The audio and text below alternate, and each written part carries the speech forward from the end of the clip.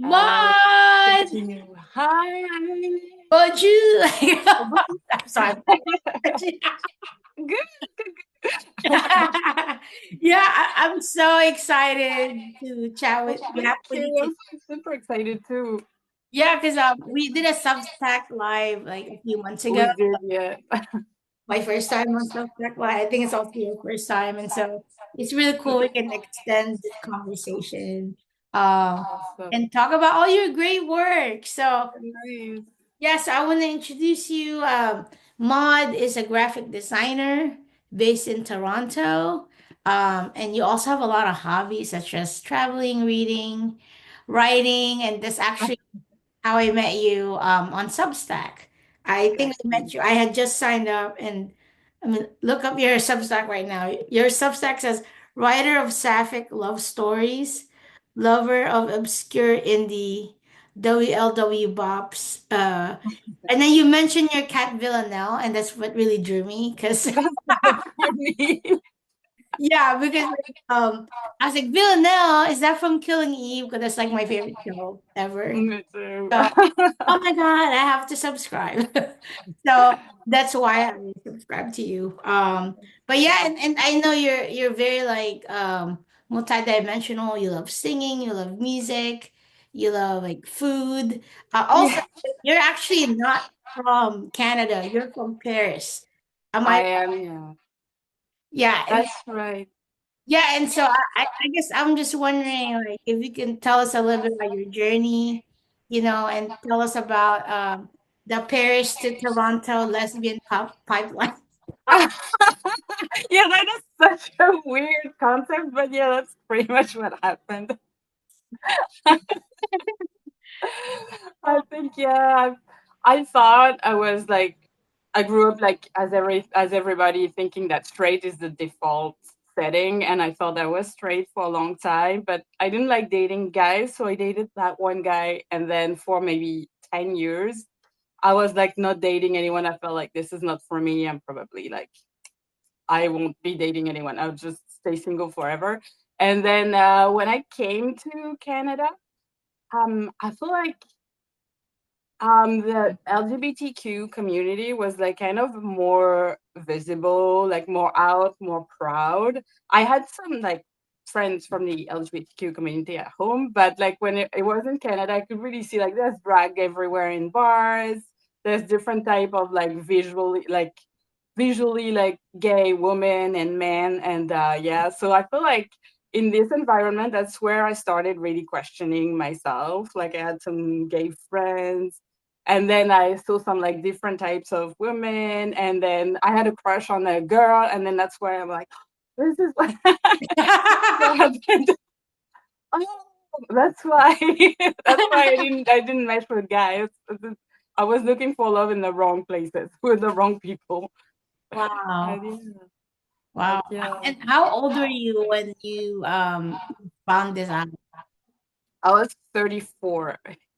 Really? Yeah, yeah. But That was that's beautiful. I feel like I've been meeting a lot of folks who are, in their 30s, sometimes even 40s, and they're just having this awakening.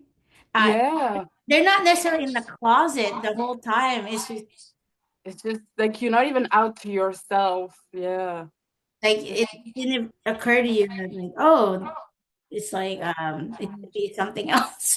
Maybe I Yeah, just it didn't like it didn't really occur to me. I feel like I remember like questioning it a little bit when I was a kid, and then like kind of not wanting to deal with it. Like I was like I remember like the exact moment actually when I was questioning myself, and I was like I remember my friend said, "Oh, I could never date girls like ew, or, like disgusting," and I was like, "Yeah, disgusting, yeah." I felt maybe, and then like I remember I was already being bullied because I was the only black kid at my school. I'm like, I'm not gonna be the only black kid and the only like, gay kid in my school, so this is not. I'm not gonna be gay.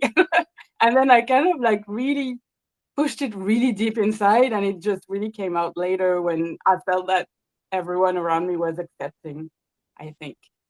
Wow, wow. Thanks for sharing that.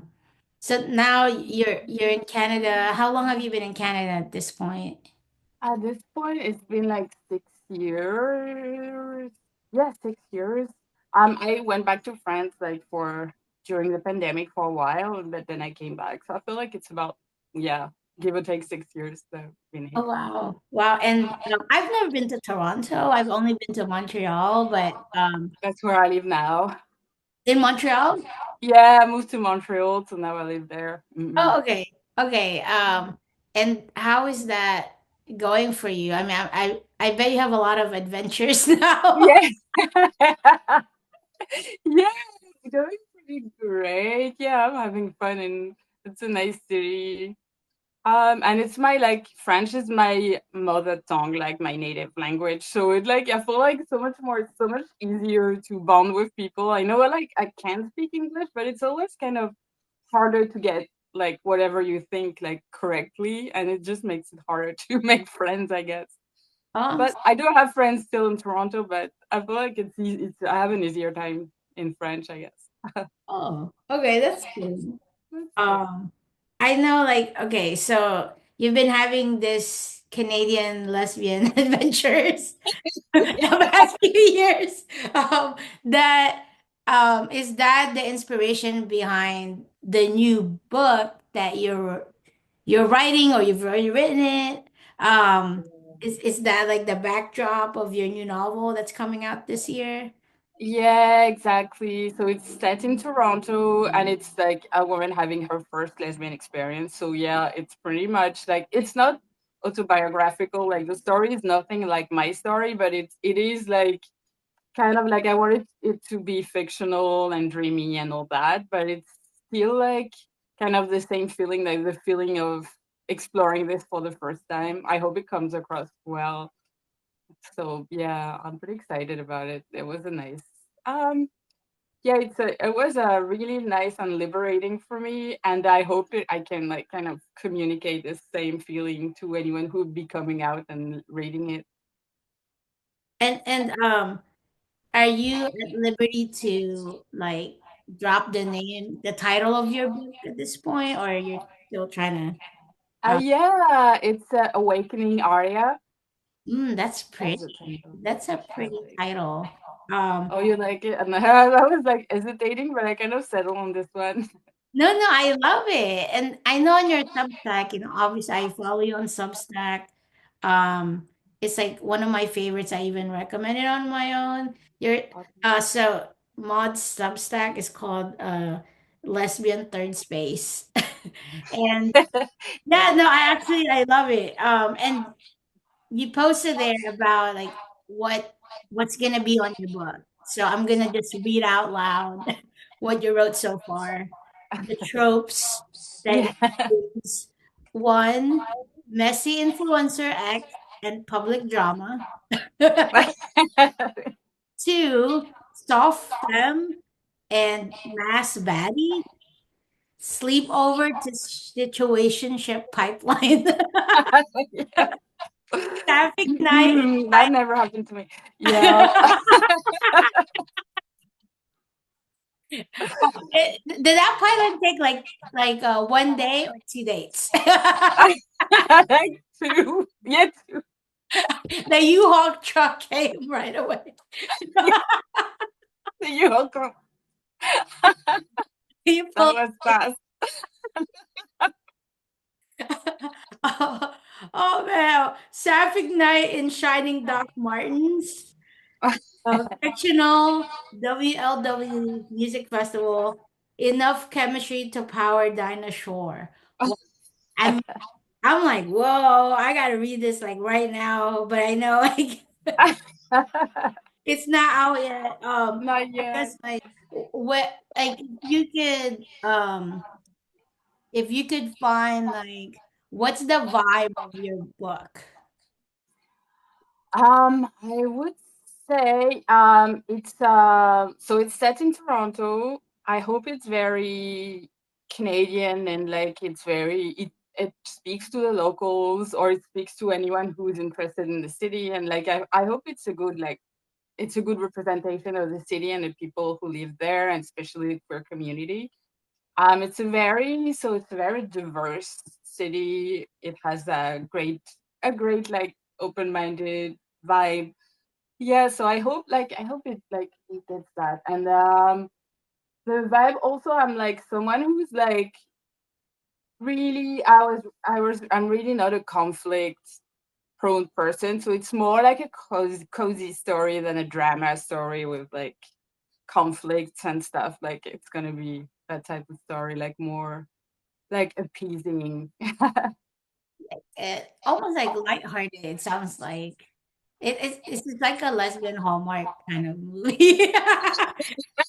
Hopefully. Yeah, I mean, I feel like that's really refreshing, especially when queer movies or books or stories are portrayed um in the public, in the mainstream. It's always like, oh, our traumatic um Yeah.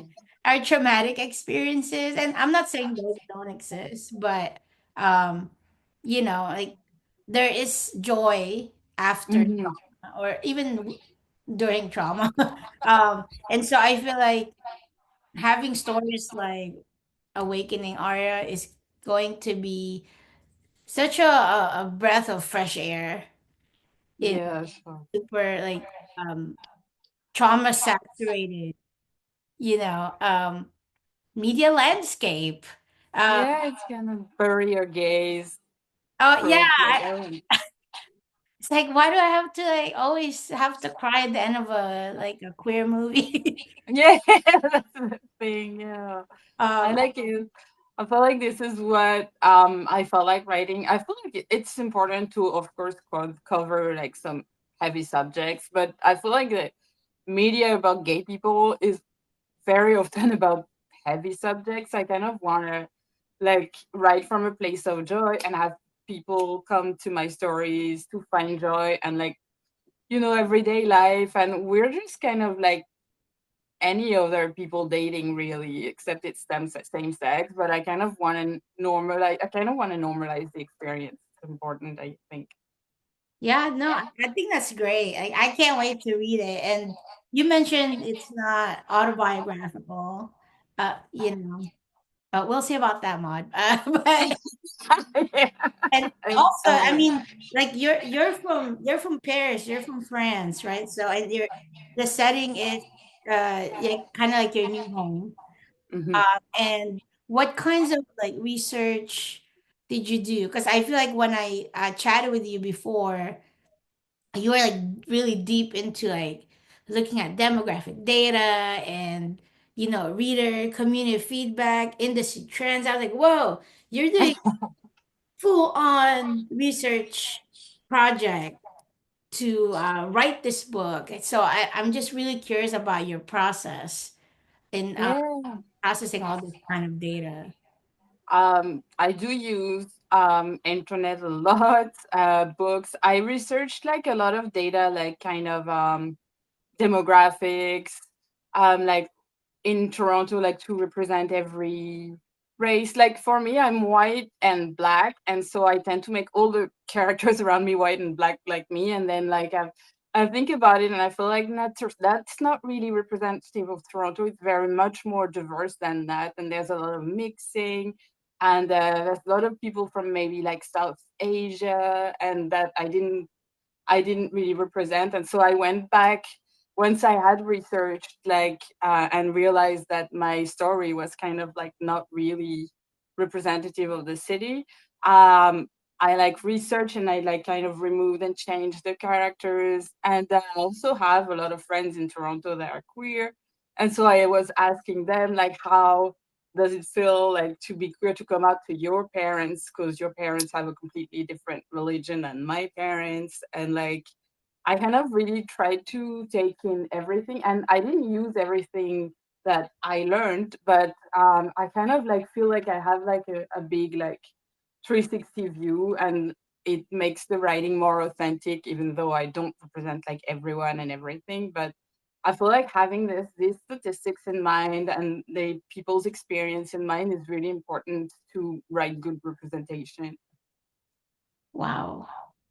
Yeah, no, I love that because I feel like sometimes people just write what they want and what they're comfortable with from their narrow view, especially trying to represent such a. I'm sure Toronto. I've never been there, but it sounds like a city of multi hyphenates. Yeah, it is. um, yeah, wow.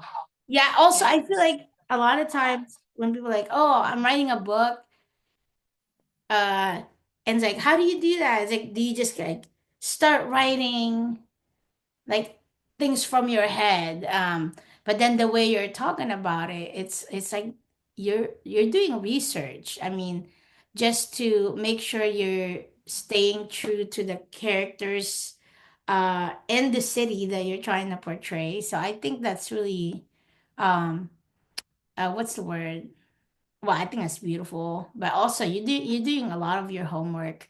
How about in terms of like you mentioned before, you also look at industry trends. Like where do you look up that kind of data? I just well, like a lot of the internet again. I look up a lot. There's a lot to learn on the internet, like YouTube. There's podcasts of authors and people in the industry. Yeah, so a lot of like yeah, I feel like YouTube and podcasts are a lot of the research I do, and then sometimes there's universities or someone who's wrote their master thesis, or like I really can come across like really random info, but it's always really interesting to add to my toolbox. Yeah, wow. I know you. Okay, I'm gonna go back to another thing that, like, I know you were doing as well, which is like gathering reader and community feedback, where you say you're gonna have like beta reading testers, and you're gonna send out a survey, uh, Hmm. basically to highlight where representation is strong and where it might need improvement. It literally sounds like you're doing marketing research right now. Is that something that you do? I know you said you're a graphic designer, but are these kind Yeah. of things that you do at your regular job? Yeah, it is because I do well, right now I'm not doing this, but I did UX design, and UX design is kind of like designing a website and like kind of making mock-ups and having people like try it and tell you what works and what doesn't. And I really took this what I learned about UX design and UX research, and I kind of applied it to my friends for my book. Wow. Yeah, no, no, that's awesome. Also because I feel like sometimes like, not, I'm not trying to generalize. Some artists they have a vision, right? And sometimes they want to stick to that vision, and they get kind of resistant to feedback. I Hmm. feel like Hmm. you're doing the exact opposite, where like you have a vision, but you are proactively gathering feedback to fine tune your vision. And so when I saw that you were doing that, I was like, oh, that's really interesting. It's like you're like approaching this like from like a UX professional perspective. That's Um, good. yeah, so I think like that's really impressive. I saw that. I was like, wow, okay. You're doing focus. The only thing you did right there is like, I'm gonna do a focus group. I feel like it also comes from like right now I'm not like financially really doing really great. Like I can't really afford to have an editor. So like I have to do it myself. So I'm like kind of getting really anxious about like getting it right. So maybe sometimes I overdo it, but like I just it was a really important like project to me. So I wanted to do it right. Yeah, I mean, you sound really like resourceful and self-sufficient, which is like really impressive. I think that's amazing. So like, okay, going back to your book, when are you thinking about launching it? I think I'm gonna launch it in like this year around the winter. Like I've been really kind of busy, so I had to like I was like I'm kind of working a little slow right now, but I think it will be towards the end of the year. Maybe in November. It's my birthday month. Oh, what? So November. So are you a Scorpio or a Sagittarius? I think you're Sagittarius, right? Sagittarius, yeah, Okay. yeah, Okay. that's me. Yeah, and don't be like, oh, I'm like low on it. Like the world is in shambles right now. Yeah, it is. So I It's feel like, stressful right now. with everything that's going on, like it's really a lot. It Um, is. but I love how, even though there's like so many things going on, I mean, like as we speak, like Mm-hmm. you're finding a creative way to just like not just find joy, but like share it with others. Because the story that you're talking about is all about like not having the traumatic queer love story. Yeah, finding joy in your queerness, and yeah, I feel like because of what's going on right now, it's really important to keep the joy up, keep the spirits up, because I feel like it's like the world is scary for us right now, but like we have to really kind of find community and find our happiness and like keep going, hopefully. Yeah. Yeah. Yeah, and I love your message. And I don't think it's necessarily like I know some people might say like, oh, like is that toxic positivity? And I don't think so because toxic positivity is kind of like when you're not even acknowledging that there's something wrong out there. Yeah, yeah. um, No, I know like the word is not right, and we like it's like natural that we feel depressed, and like we'll have to like we're human. We're gonna be depressed. We're gonna be scared. But for me, I feel like I always try to cheer myself up that way. I just try to send joy into the world. I feel like some other like I feel like this is what I do best is sending smiles, sending joy, sending stories, and different people kind of have different roles in life and different like missions. And I really feel like mine is just kind of like have like try to live my joy and like send it outwards. Yeah, I'm not saying that everyone has to be happy, of course. These are really scary times, but I really hope that I can inspire a little bit of joy, a little bit of dreaminess, back into being queer oh, and pride, of course. wow. Yeah, no, thank you for sharing that. And I feel like you've already dropped a lot of gems here. But is there anything else like you wanna share with our not readers, our viewers? My Um, work. I guess especially as someone who has come out like not later in life, like you're like in old age or something. But just like in your coming out in your mid 30s or early 30s. Do you have any, I guess, wisdom for folks who are navigating this time of their life? I think like it's if you're safe to do it, I think like we always feel bad when we come out like later. But I think there's also good if you want to see, I feel like I like to look at the good side, and the good side of like coming out late is like you have your independence, you have your money, you can tell your folks to get stuff, like anything, like you're really free.